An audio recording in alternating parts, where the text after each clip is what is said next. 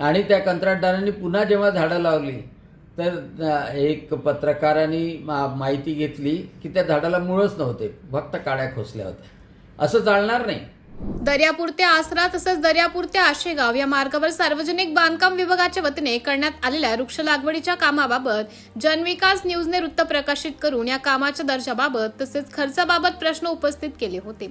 या वृत्ताची दखल घेत खासदार अनिल बोंडे यांनी तात्काळ संबंधित अधिकाऱ्यांशी पत्रव्यवहार केला असून या संपूर्ण प्रकरणाची चौकशी करून दोषी आढळणाऱ्या संबंधित ठेकेदार तसेच अधिकाऱ्यावर कायदेशीर कारवाई करण्याची मागणी केली आहे.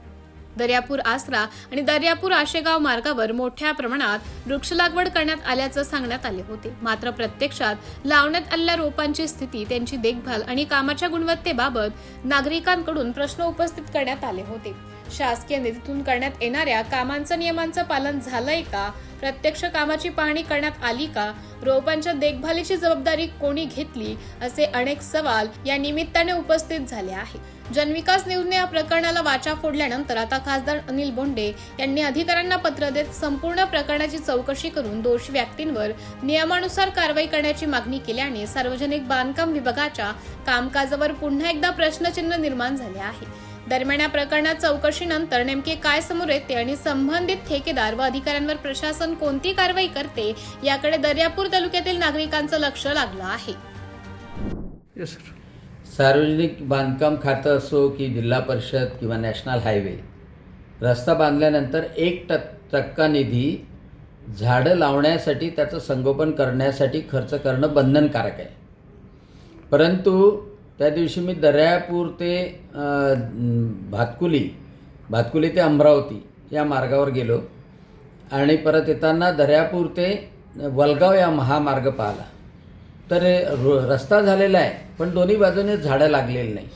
मग पत्र लिहिल्यानंतर जी मला माहिती मिळाली त्यामध्ये 5000 झाडं लावण्यात आलेली होती, त्यापैकी 4000 झाडं मृत झाली असं मला उत्तर देण्यात आलं. दुसऱ्या मार्गावर 3000 झाडं लावली होती, 2000 मरण पावली असं उत्तर देण्यात आलं. आणि पुन्हा त्या कंत्राटदाराला झाडं लावण्याकरता सांगण्यात आलं आणि त्या कंत्राटदारांनी पुन्हा जेव्हा झाडं लावली तर एक पत्रकारांनी माहिती घेतली की त्या झाडाला मुळच नव्हते, फक्त काड्या खोचल्या होत्या. असं चालणार नाही.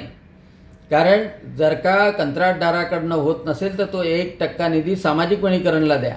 कारण अमरावती ते मोर्शी वरुड संपूर्णतः दुतर्फा कडुनिंबाची झाडं लावलेली आहे आणि म्हणून सार्वजनिक बांधकाम खात्याने एवढं लक्षात ठेवणं आवश्यक आहे की 1% निधी हा झाडाच्या लावण्याकरता, संगोपनाकरता खर्च केला पाहिजे.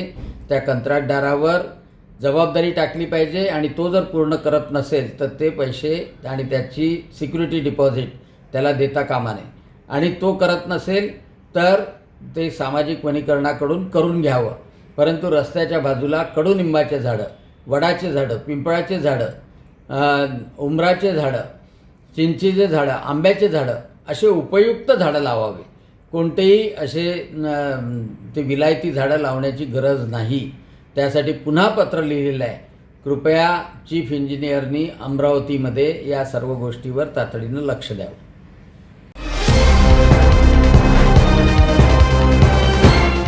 पाहत रहा फक्त जनविकास न्यूज, सत्य, संघर्ष आणि जनतेचा विश्वास.